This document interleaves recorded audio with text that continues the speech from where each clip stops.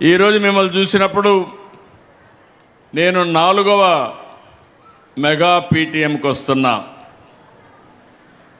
ఈరోజు ఇది కూడా మీరు చూస్తే మొట్టమొదటిసారిగా బాపట్ల నిర్వహించాం, తర్వాత సత్యసాయి జిల్లాకి వెళ్ళాం, మన్యం జిల్లాకి వెళ్ళాం, ఇప్పుడు మళ్ళీ పోలవరం జిల్లాకు వచ్చాను.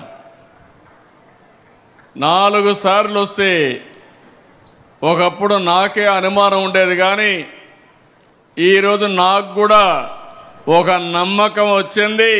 తప్పకుండా విద్యా వ్యవస్థలో మార్పులు ప్రారంభమైనాయి, తప్పకుండా దీనికి ముందుకు తీసుకుపోతాం. ఇప్పుడే మినిస్టర్ గారు అన్నారు, ఒక మాట చెప్పారు, తప్పకుండా మీకు మార్కులు తగ్గితే ఆయనకు కూడా మార్కులు తగ్గుతాయి. ఆయన మీకు మార్కులు వేస్తే ముఖ్యమంత్రిగా నేను ఆయనకు మార్కులు వేస్తా. ఎందుకంటున్నానంటే ఆయన ఏరి కోరి తీసుకున్నటువంటి పోర్ట్ఫోలియో ఇది. నేను దీన్ని తీసుకొని బాగు చేస్తానంటే నేను కూడా 2-3 సార్లు ఆలోచించాను, కానీ ఈరోజు అర్థమైంది. ఆ రోజు ఎందుకు అడిగారు, ఈరోజు ఏమి సాధించారని చూసినప్పుడు నేను చాలా సంతోషపడుతున్నా. ఇంతమంది తల్లి తండ్రులు పిల్లల్లో ఆనందాన్ని చూడగలిగామంటే చాలా గర్వపడుతుంది ఈ ప్రభుత్వం అని చెప్పి కూడా నేను మీ అందరికీ తెలియజేస్తున్నా. ఈ రోజుట్లో రోజు రోజుకి ప్రభుత్వ పాఠశాలలు బలహీనమైపోతున్నాయి, పిల్లల సంఖ్య తగ్గిపోతూ ఉంది. అలాంటిది 2 ఏళ్లలో 1,10,000 మంది ప్రైవేట్ నుంచి మారి గవర్నమెంట్ స్కూళ్ళకు వచ్చారు. నాకు కొన్ని కంప్లైంట్లు కూడా వస్తున్నాయి, మీరు వచ్చేస్తామంటే ప్రైవేట్ స్కూల్స్ టీసీలు ఇవ్వకుండా అడ్డుపడే పరిస్థితికి వచ్చారంటే అది ఈరోజు ప్రభుత్వ స్కూల్స్ యొక్క సత్తా సమర్థతని మరొక్కసారి మీ అందరికీ విజ్ఞప్తి చేస్తున్నా. ఈ ఏజెన్సీ ఏరియా స్వచ్ఛమైన వాతావరణం, స్వచ్ఛమైన మనుషులు, పిల్లలు మట్టిలో మాణిక్యాలు, అవకాశాలు ఇస్తే అద్భుతాలు సృష్టిస్తారు. చదువు మన జీవితాలను మారుస్తుంది. మన రాష్ట్రపతి ద్రౌపది ముర్ము గారి దీనికి నిదర్శనం. దేశానికి గర్వకారణం, మనందరికీ స్ఫూర్తిదాయకం. నేను అందుకే మిమ్మల్ని అందరినీ కోరుతున్నాను. చాలామందికి అనుమానం ఉండేది, తల్లికి వందనం ఇవ్వగలుగుతామా, ఇస్తే లాభం ఏంటని. ఈరోజు మీరు ఒక్కసారి చూస్తే ఈరోజు కార్యక్రమంలో చాలా ఇబ్బందులు ఉన్నాయి. డబ్బులుండిగా ఇవ్వడం, మనసుండి ఇస్తున్నాం. నేను ఒక పర్పస్ కోసం కూడా ఆలోచించాను. అందరం ఆస్తులు ఒకప్పుడు నేను చెప్పేవాడిని, 95-96లో మీరు పిల్లల్ని బాగా చదివించండి, మీరు పిల్లల్ని చదివిస్తే వాళ్ళు మీరు సంపాదించేదానికంటే 100 రెట్లకు సంపాదించే తెలివితేటలు వస్తాయని ఈరోజు మీ అందరికీ చెప్తున్నాను. ఆ రోజు ప్రారంభించిన ఐటీ కానీ చదువు మీద పెట్టిన శ్రద్ధ, ఈరోజు మన పిల్లలు ప్రపంచం అంతా వెళ్ళారు.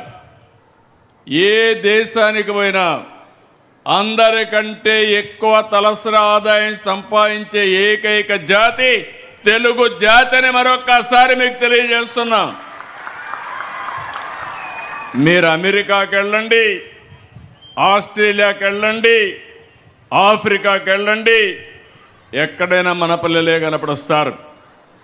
ఈరోజు నేను ఒకే మాట అడిగాను, చాలామంది తల్లులతో మాట్లాడినప్పుడు ఇక్కడే మీరు కూడా ఆలోచించాలి. ఒకప్పుడు పిల్లలు భారం, పిల్లలు పుడితే ఎట్లా చదివించాలి ఇవన్నీ అనుకునేవాళ్ళు. ఈరోజు మీరు చూస్తే 5 మంది ఉంటే 75,000, 6 మంది 90,000, 2,000 రూపాయలు స్కూల్కి ఇచ్చినా మిగిలినంతా కూడా మీ దగ్గరికి వస్తూ ఉంది. ఏ తల్లికైతే పిల్లలు ఎక్కువ ఉంటారో ఆ తల్లి అకౌంట్లో 13,000 రూపాయలు పడుతుందంటే మీ సంపాదన కంటే ఇది ఎక్కువ అవునా కాదా అని మిమ్మల్ని అడుగుతున్నా. ఏంటి పిల్లలు, మీరు కూడా మీ తల్లులకి డబ్బులు సంపాదించే పరిస్థితికి వచ్చారు.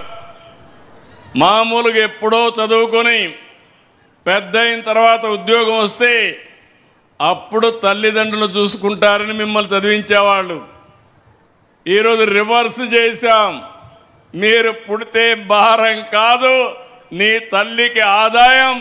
అందుకే మీ తల్లిదండ్రులు కూడా పిల్లలందరినీ బంగారం మారిగా చూసుకునే పరిస్థితి వచ్చిందంటే అది ఈ ప్రభుత్వ ఆలోచన అని చెప్పి కూడా నేను మీకు తెలియజేస్తున్నా. ఇంకొక విషయం కూడా మీకు చెప్పాలి. ఈరోజు జనాభా తగ్గిపోతూ ఉంది. అలాంటి సమయంలో ఎక్కువ మంది చాలామందిని అడిగితే మీరందరూ చెప్తున్నారు పిల్లల్ని ఎట్లా పెంచాలని.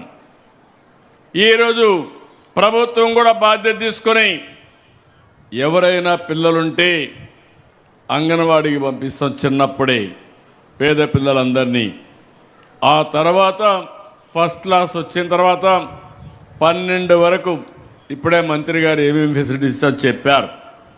అక్కడి నుంచి మీ అందరికీ నాణ్యమైన చదువు ఇప్పించడమే కాకుండా సంవత్సరానికి 13,000 రూపాయలు మీ అకౌంట్కి, మీ పిల్లల పేరుతో 2,000 రూపాయలు స్కూల్ అకౌంట్కి వచ్చే పరిస్థితికి వచ్చింది. దీనివల్ల జనాభా కూడా నియంత్రణ అవుతుంది. మీరు ఒక విషయం గుర్తుపెట్టుకోవాలి. మన రాష్ట్రంలో 2.1 ప్రతి ఒక్క కపుల్ అంటే భార్యాభర్తలు జీవితకాలంలో పిల్లల గారి కంటే దానివల్ల బ్యాలెన్స్ అవుతుంది. ఈరోజు 1.5కు పడిపోయాం. రేపు రాబోయే స్కూల్స్లో రాను పిల్లల సంఖ్య తగ్గిపోతుంది, పెద్దవాళ్ళ సంఖ్య పెరుగుతుంది. దాన్ని బ్యాలెన్స్ చేయాలంటే ఇది కూడా ఒక మార్గం. ఈరోజు నేను ఎంతో ఆనందపడుతున్నాను.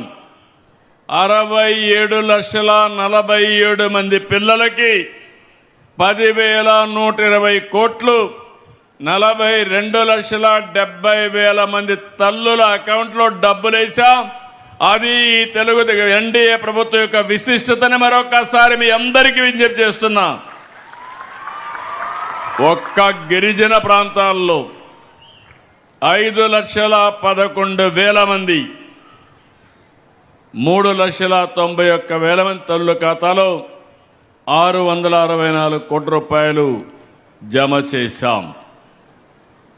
ఈరోజు మీరు చూస్తే కొంతమంది తల్లిదండ్రులు 4, 5, 6 మంది, 7 మంది, ఎంతమంది పిల్లలున్నా అంతమంది పిల్లలకి 15,000 రూపాయలు ఇస్తున్నాం. ఇది నాకు ఎంతో ఆనందంగా ఉందని చెప్పి కూడా నేను మీకు తెలియజేస్తున్నా. మీరు 10 మందికి చెప్పాలి, పిల్లలు భారం కాదు, పిల్లలు కూడా సంపాదన. భవిష్యత్తుకు పిల్లలే ఆస్తి. మనందరం ఆలోచిస్తున్నాం, జీవితంలో ఒక 2 ఎకరాలు భూమి కొనుక్కోవాలి, ఆ భూమి ఒక ఆస్తిగా ఉంటుంది, ఒక భద్రత ఉంటుందని. నేను ఒకటే మీ అందరికీ విజ్ఞప్తి చేస్తున్నాను, భూములు కొనొచ్చు కానీ ఆస్తి ఉంటుంది, కానీ అన్నింటికంటే మించిన ఆస్తి పిల్లలు. ఆ పిల్లల్ని చదివిస్తే ఆ పిల్లలు ప్రయోజకులైతే మనం ఊహించిన ఫలితాలు వస్తాయని చెప్పి కూడా నేను మీకు తెలియజేస్తున్నా. నేను అందుకనే దీని మీద ఎక్కువగా శ్రద్ధ పెట్టాను. ఈరోజు మీరు చూస్తుంటారు, మేము సూపర్ 6 ఇచ్చాం. మీ అందరికి కూడా ఇబ్బందులు లేకుండా మొదటి తారీఖు వస్తే పేదల సేవలో 4,000, 6,000, 10,000, 15,000 రూపాయలు ఇచ్చే ఏకైక ప్రభుత్వం, మానవత్వం ఉండే ఏకైక ప్రభుత్వం భారతదేశంలో ఎన్డీఏ ప్రభుత్వం అని చెప్పి కూడా నేను మీకు తెలియజేస్తున్నా. ఇంకొక పక్కన మా ఆడబిడ్డలకి ఎక్కడ పోయినా జల్సాగా పోయి రావడానికి ఎవ్వరు అడగకుండా ఉచిత ప్రయాణ సౌకర్యం ఏర్పాటు చేశాం. దీపం కింద 3 సిలిండర్లు ఉచితంగా ఇస్తున్నాం. రేపు ఎల్లుండ మీరందరూ ఇంటిపైన సోలార్ పెట్టుకోండి, అది కూడా ఉచితంగా ఇస్తాం. ఆ తర్వాత మీరు చూస్తే మీరు సోలార్ అయిన తర్వాత ఇంట్లో స్టవ్ కూడా పెట్టుకోండి. పైన కరెంటు సోలార్ ప్యానెల్ ఉంటాయి, కరెంట్ ఉత్పత్తి చేసుకుంటారు. శుభ్రంగా మీరు వంట చేసుకుంటే వంట ఖర్చు కూడా తగ్గి 3 సిలిండర్లకు ఇచ్చే డబ్బులు 3 సార్లు సంవత్సరానికి మీ అకౌంట్లో వేసే బాధ్యత నేను తీసుకుంటానని మీ అందరికీ హామీ ఇస్తున్నా.